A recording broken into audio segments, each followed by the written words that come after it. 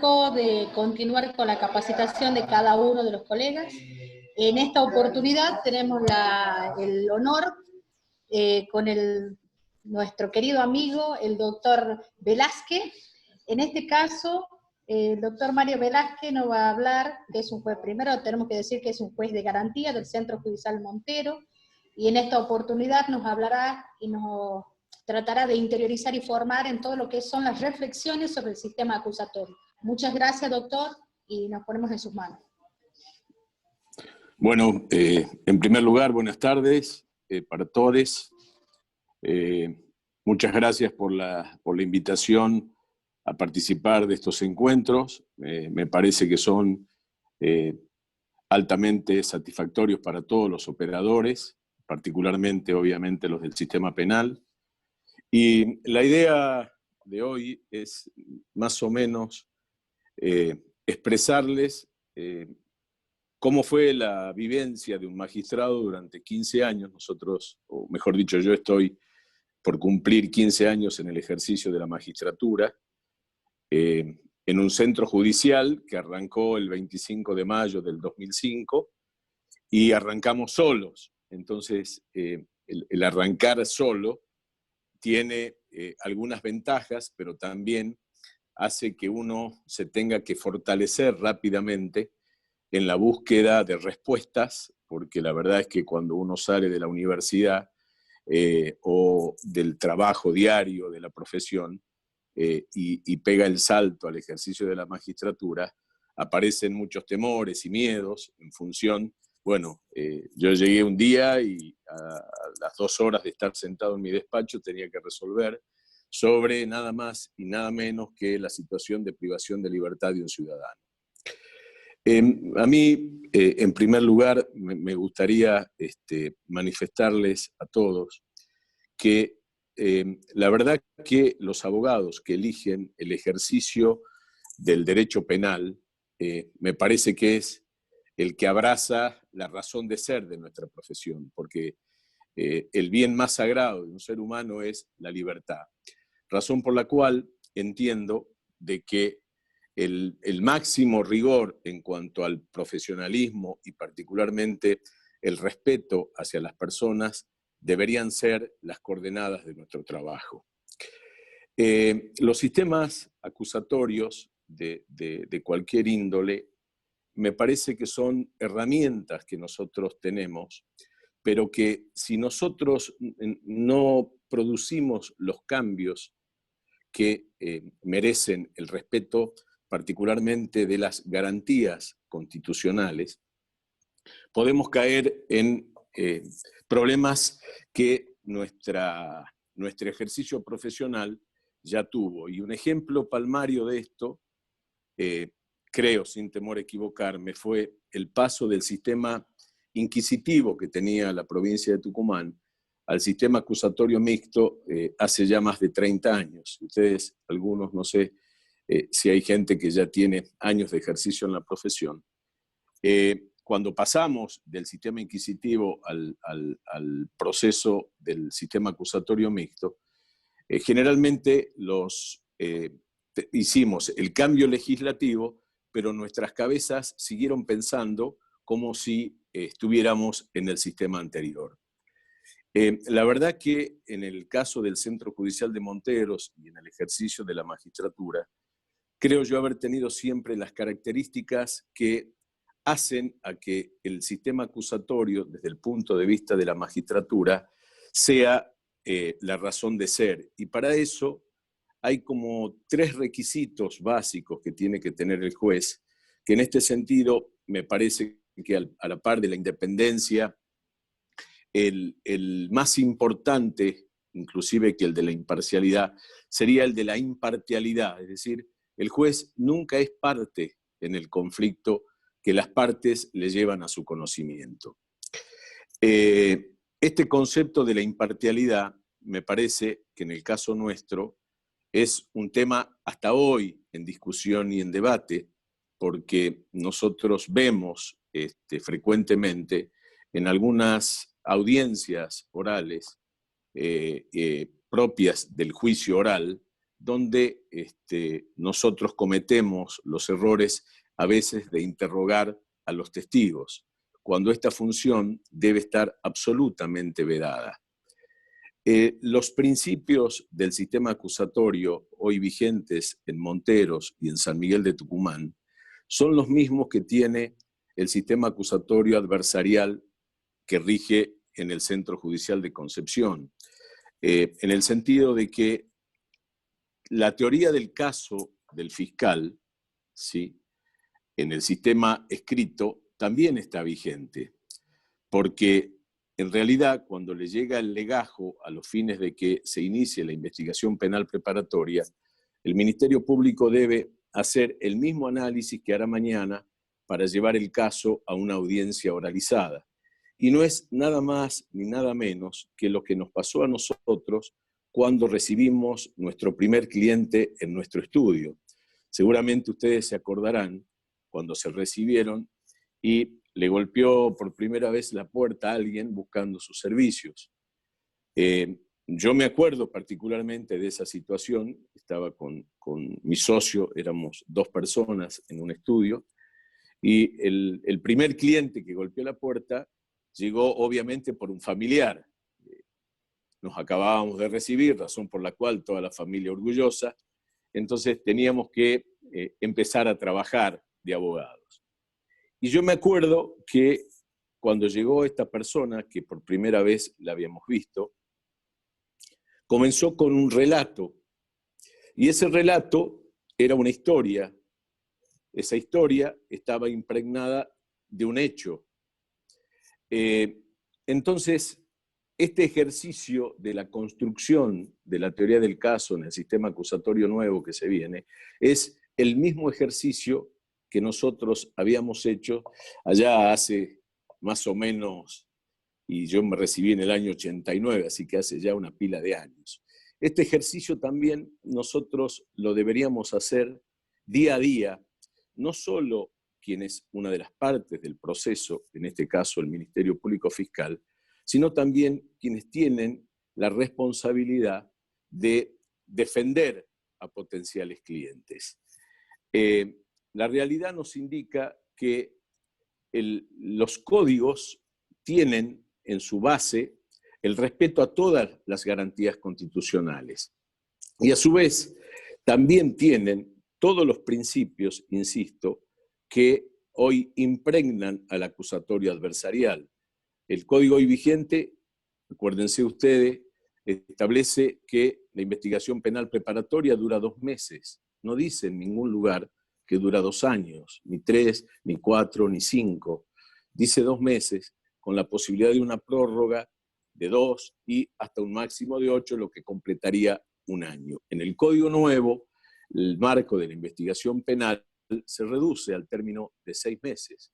Pero si nosotros pensamos que en el marco de una investigación penal preparatoria, hoy en Monteros o en San Miguel de Tucumán, cuando un juez de garantías resuelve la privación de libertad de una persona, cuando uno lo ve al almanaque, se da cuenta que los días que transcurrieron desde que se inició la investigación penal y de que el juez toma la decisión de privarlo de la libertad bajo este instituto, no transcurrieron siquiera los 2 primeros meses que establece el Código Procesal.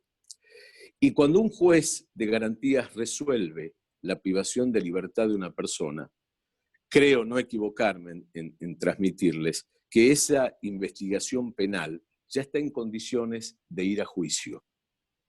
Fíjense ustedes que nosotros hace mucho tiempo se estableció el proceso de flagrancia en el código que rige en Monteros y que rige en San Miguel de Tucumán. Ese proceso de flagrancia fue requerido por miembros del Ministerio Público que fueron en esa oportunidad a la legislatura tendiente a buscar una serie de reformas en el Código Procesal que tendieran a darle más celeridad al proceso. Se sancionó la ley de flagrancia y en esa ley se estableció, o mejor dicho, se establece que en los casos flagrantes la investigación penal no podrá exceder de 20 días. Y es en el único lugar donde nuestro código procesal, insisto, vigente, y tengo que hacer la aclaración de Monteros y de San Miguel de Tucumán, es el único lugar donde los jueces del tribunal tienen un plazo preestablecido que no puede exceder de 6 meses. Si nosotros hiciéramos un ejercicio para determinar la aplicación de estas normas, nos llevaríamos la ingrata sorpresa de que lamentablemente este sistema, que obviamente tiende a acelerar lo que es la posibilidad de que una persona se enfrente a un tribunal y que ahí se defina sobre su culpabilidad o su inocencia, prácticamente ha sido letra muerta. Entonces, yo siempre soy crítico en lo que hago y se los he planteado a muchos operadores. Si nosotros hubiéramos venido haciendo este ejercicio que tiene que ver con que no todos los procesos necesariamente tienen que terminar en una sentencia condenatoria, sino que obviamente desde el primer momento uno podría analizar si realmente constituye una conducta típica, si esa conducta típica tiene un grado de lesividad tal que justifique la necesidad de ir a un debate oral o buscar una salida alternativa. La respuesta, no tengo ninguna duda, que pasa por nosotros. Insisto con este concepto de que las leyes, si bien están vigentes, nosotros corremos siempre el serio riesgo de desvirtuarlas. Fíjense el detalle también de que generalmente cuando se producen los procesos de reformas, vemos que hay como una enjundia en la participación de muchos sectores, particularmente los que tienen que ver con el ejercicio de la profesión, jueces, fiscales, defensores, pero nosotros somos una parte del problema en lo que implica el sistema acusatorio en su integralidad. ¿Por qué? Porque la investigación penal se nutre particularmente de la labor de quien es el brazo armado de los fiscales, o mejor dicho, el brazo armado del poder, en este caso el Poder Ejecutivo, que es la policía. La policía, me parece que viene haciendo inclaudicables esfuerzos para ayornarse a este mundo moderno, pero basta con salir ustedes y visitar alguna comisaría, las condiciones en que se encuentra, las herramientas tecnológicas con las que se mueven, y con un detalle muy particular, que es quizás el elemento más importante con la cual los operadores nos nutrimos, que es la división de medicina legal o de policía científica. Cuando uno consulta las características de esta división, se da con la ingrata sorpresa de que cada vez tienen menos recursos, cada vez tienen menos tecnología. Es como que es un sector de la policía muy útil para la investigación penal de los hechos, pero que quizás no tiene la visibilidad por parte de la propia estructura policial. Si a eso le sumamos la situación en la cual hoy se encuentra el sistema penitenciario en todo el país, y al cual Tucumán tampoco es ajeno, vemos otro factor de que va a tener una implicancia muy importante cuando el sistema empiece a funcionar en la órbita del Gran San Miguel de Tucumán, por lo vertiginoso que implica la oralidad pura. Ustedes saben que con el nuevo sistema, esos 10 días que hoy establece el código todavía vigente en Monteros y en Capital, cuando esté todo oralizado, desde que una persona se encuentre en calidad de aprendida o como consecuencia de que haya sido ordenada la detención de la misma, al momento que se vaya a la audiencia de formulación de cargos y de requerimientos de medida cautelar, en este caso de una privación de libertad, automáticamente tiene que ser trasladado hacia el sistema penitenciario. Yo creo particularmente que estamos frente a una oportunidad histórica todos. Histórica porque me parece que desde alguna perspectiva todos vamos vamos a empezar en este camino de la oralidad prácticamente en un mismo plano, jueces, fiscales y defensores, porque nosotros, yo en lo particular y casi todos los profesionales de mi generación, lamentablemente en la universidad no tuvimos una enseñanza que tuviera que ver con el arte de la litigación y tampoco con la forma de expresarse uno quizás de manera oral, a pesar de que el método más elemental de comunicarse entre las personas es el habla. A veces se hace harto dificultoso que uno pueda hablar en público porque vienen temores, porque vienen situaciones que a veces no las podemos manejar. Razón por la cual, insisto, esta es una oportunidad que todos, en la medida en que tomamos con absoluto compromiso y con responsabilidad lo que nos toca desde cada lugar del mostrador, porque la verdad que nosotros vivimos en una sociedad en la cual los niveles de desigualdad y de inequidad que existen hacen que el pronóstico de la aparición de los jueces penales, fiscales y defensores penales sea cada vez mayor. Yo en estos 15 años he visto claramente que son rarísimas las situaciones en las cuales el ser humano elige el camino del delito como un medio de vida, pero también es cierto que cuando uno no tiene en esta sociedad ninguna posibilidad de poder desarrollarse hasta en el sentido más elemental de educarse, de conseguir un trabajo, etc., las consecuencias de la ausencia del Estado en un punto hacen de que lamentablemente un porcentaje importante de nuestra sociedad caiga inmersa en el conflicto con la ley penal. Y también me parece que debe ser un disparador que nos debe llamar a la reflexión, es el hecho de que en los penales hay cada vez personas más jóvenes. Y esto realmente es gravísimo para todos nosotros.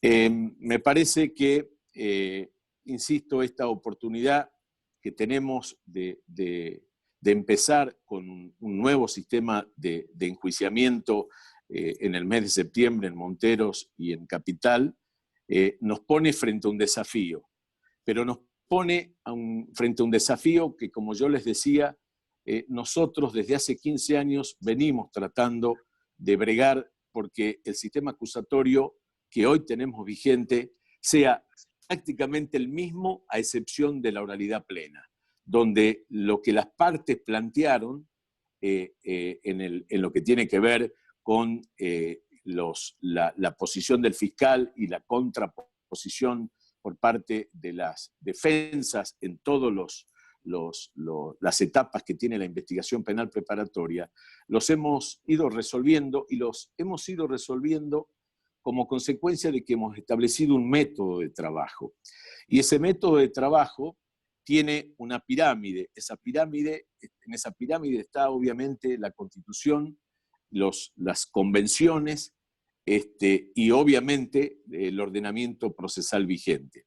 Pero jamás hemos dejado de perder de vista de que detrás de todos los expedientes que nosotros tramitamos día a día hay rostros del imputado y también de las víctimas.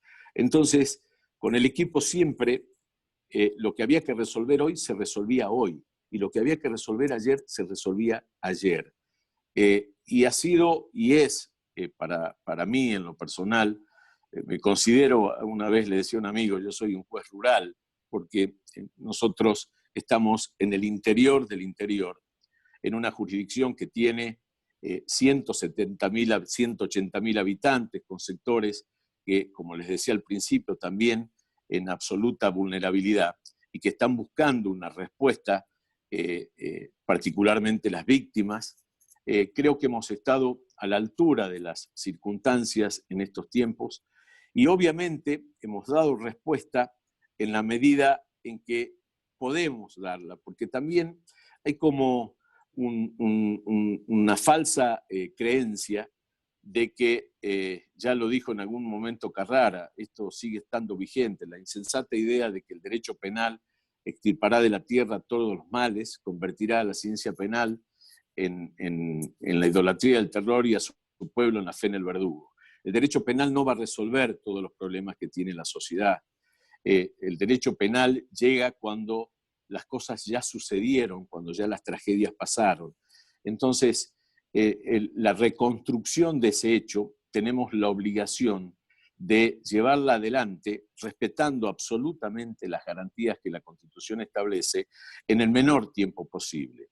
Pero hay un estudio empírico en todas estas cuestiones, independientemente de los sistemas que uno elija, que le van a decir a ustedes que, supónganse, en Tucumán hay más o menos por año un nivel de conflictos que se podrían trasuntar en los 100.000 legajos.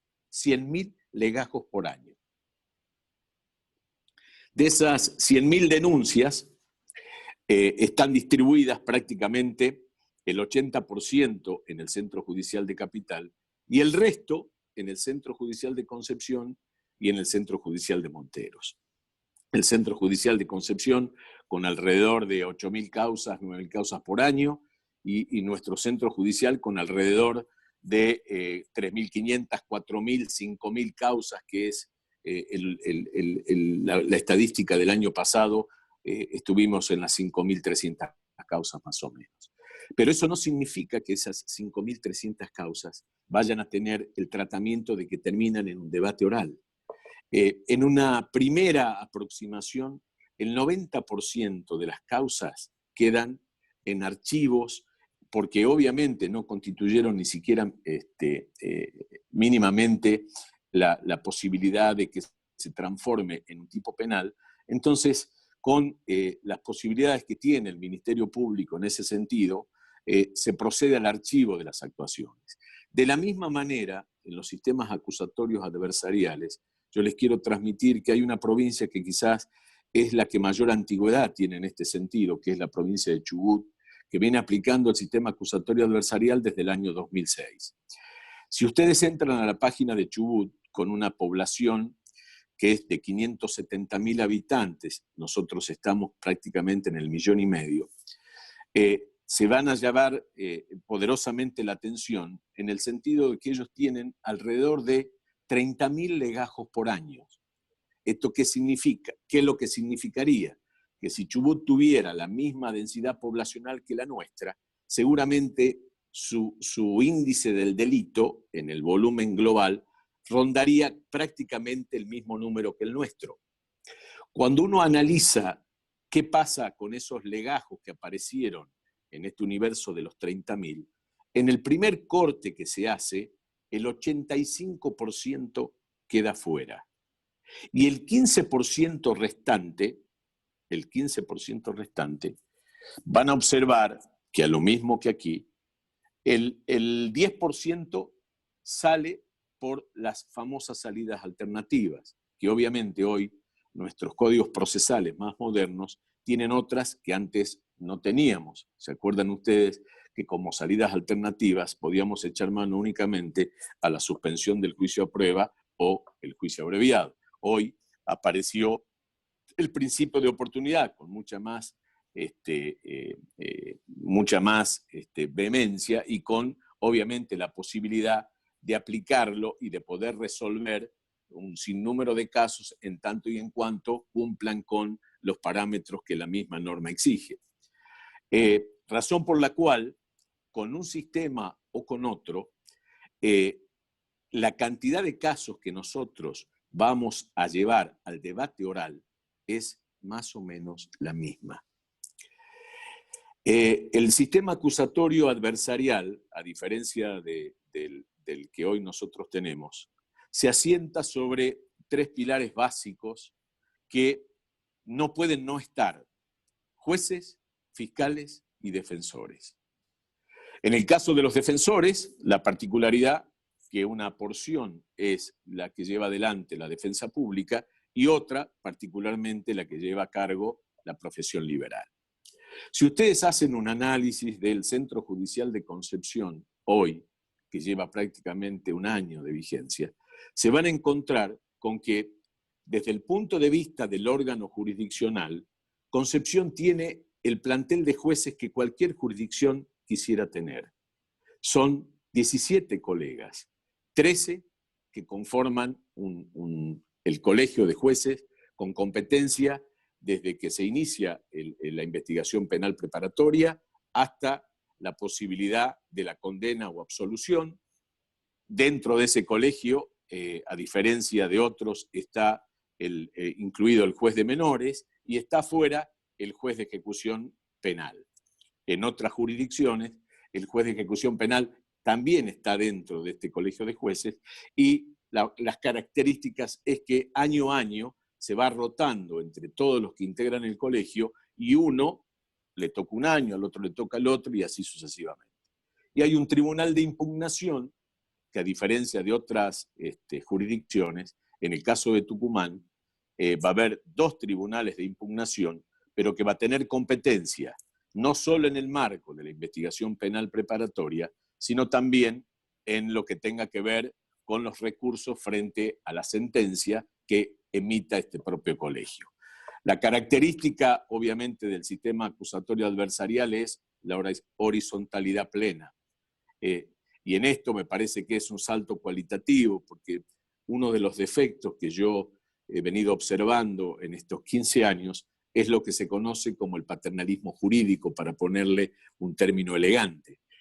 Nosotros a veces es más fácil resolver una cuestión, o mejor dicho, no resolverla como nos gustaría que fuere, en función de que hay una ola o pronunciamientos de distintos tribunales que han ido en ese sentido. Entonces es como que es más fácil entrar por ese canal, por ese río, y no plantar una posición quizás distinta que la del resto y que tenga que ver obviamente con las íntimas convicciones que el juez tenga frente a la solución del caso concreto. En mi caso particular, lo he hecho en varias oportunidades, es decir, porque entiendo que los jueces en el universo del caso que tenemos a tratar somos el poder en sí mismo. Yo no necesito a una Cámara o a un tribunal de juicio, como tampoco la necesito a la Corte Suprema para disponer lo que crea que tengo que resolver conforme a la Constitución y a la ley. Entonces, me parece que, como para ir cerrando, les diría a todos de que nosotros somos el problema y nosotros somos la solución. Las normas como normas son inocuas. El problema está cuando nosotros, por diferentes motivos, digamos que vamos por un uso o costumbre. Entonces, acá hay que ser creativos, pero particularmente hay que respetar lo que las leyes establecen. Y los argumentos que hoy aparecen como que salen a la luz y que antes no tuvieron, yo también tengo reparos, porque hoy se habla mucho en el sistema acusatorio adversarial de la buena fe, seguramente lo habrán escuchado. Y yo digo, si yo tengo que esperar a que el sistema acusatorio adversarial ponga sobre el tapete la buena fe, y creo que algo hemos hecho mal desde que hemos salido de la universidad, porque la verdad que a nadie, creo, le han enseñado que cuando va a discutir sobre un litigio tiene que utilizar herramientas que están reñidas con la ética, con la moral, o inclusive incursos en una figura penal. O sea, la buena fe es un principio que nos tiene que regir a todos, o mejor dicho, que nos debió haber regido a todos desde el minuto cero en el que nosotros abrazamos esta profesión. De la misma manera, con los otros principios que aparecen en el sistema acusatorio oralizado, como el de la contradicción. Los fiscales hoy en el sistema actual no son los dueños de la causa, son una parte dentro del proceso.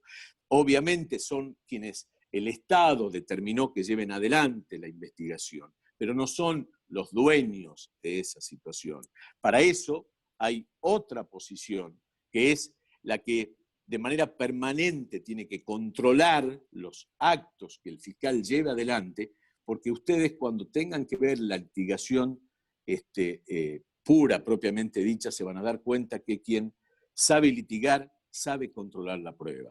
Elige el momento oportuno en el cual va a exponer lo que crea que tiene que exponer. Pero de lo que no pueden hacer ustedes bajo ninguna perspectiva es ir a una audiencia sin saber de qué se trata, sin haberse preparado. Y de la misma manera lo hacen hoy, quiero creer, cuando toman un caso, la profesionalidad, el rigor científico con el cual uno tiene que trabajar, el método de trabajo que utilice, son herramientas que no las deben abonar, que no las deben abandonar y que si no la están... ¿Hola? ¿Hola? Sí, doctor, te escuchamos. Ah, pensé que se me había perdido. Digo que estas banderas las tenemos que levantar todos en el sentido de que nuestra sociedad espera de los profesionales, de los jueces y de los fiscales una respuesta en tiempo, una respuesta oportuna.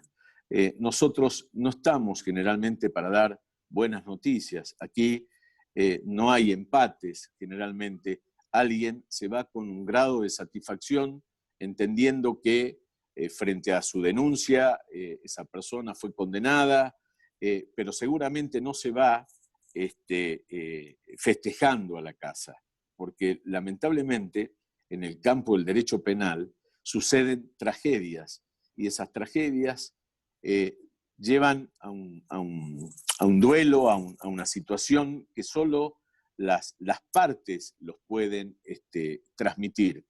Nosotros creo que tenemos que estar a la altura de lo que eso significa y la verdad que tenemos en Tucumán todas las herramientas, los profesionales para desarrollarnos. Cuando uno sale de Tucumán e interactúa con el resto de colegas de otras provincias o inclusive fuera del país, se da cuenta que tenemos una preparación digna y que obviamente la capacitación es una herramienta clave en todo esto. Debemos capacitarnos de manera permanente, no tener miedo a defender nuestras propias convicciones, el derecho... ¿Hola? Sí, doctor, perdón. Doctor Ruiz me parece que tiene prendido el audio y de paso le voy diciendo, doctor, que estamos quedándonos sin tiempo. Así que bien, si puede bien. cerrar la idea y continuamos en el otro módulo. Sí, no, directamente. simplemente, sí, era simplemente este pantallazo general, digamos, que espero haber clarificado algunas cuestiones de mi impresión sobre el sistema acusatorio y después ya escuchar si es que hay alguno de los colegas que está escuchando que quiera hacer alguna pregunta, me parece que sería más rico inclusive. Seguramente han quedado muchas cosas por expresar, pero bueno, quizás alguien lo pregunta y tengo la oportunidad de volver sobre algo que no haya quedado claro. Por supuesto, había colegas ya levantando la mano, pero bueno, por una cuestión de orden, acá lo vemos al doctor Diego. Si querés preguntar, doctor, y nos da el tiempo, hacelo, si no, entramos de nuevo. Gracias, Analia, pero ¿sabes lo que pasa? La pregunta va a ser larga y tenemos, Bien. según lo que dice la pantalla, menos de un minuto, entonces estaría bueno que el doctor se pueda explayar sobre la pregunta que tengo pensada para hacerle al doctor, a ver si puede contribuir con el ejercicio de todo lo que estamos haciendo un poco de derecho penal. Perfecto, doctor.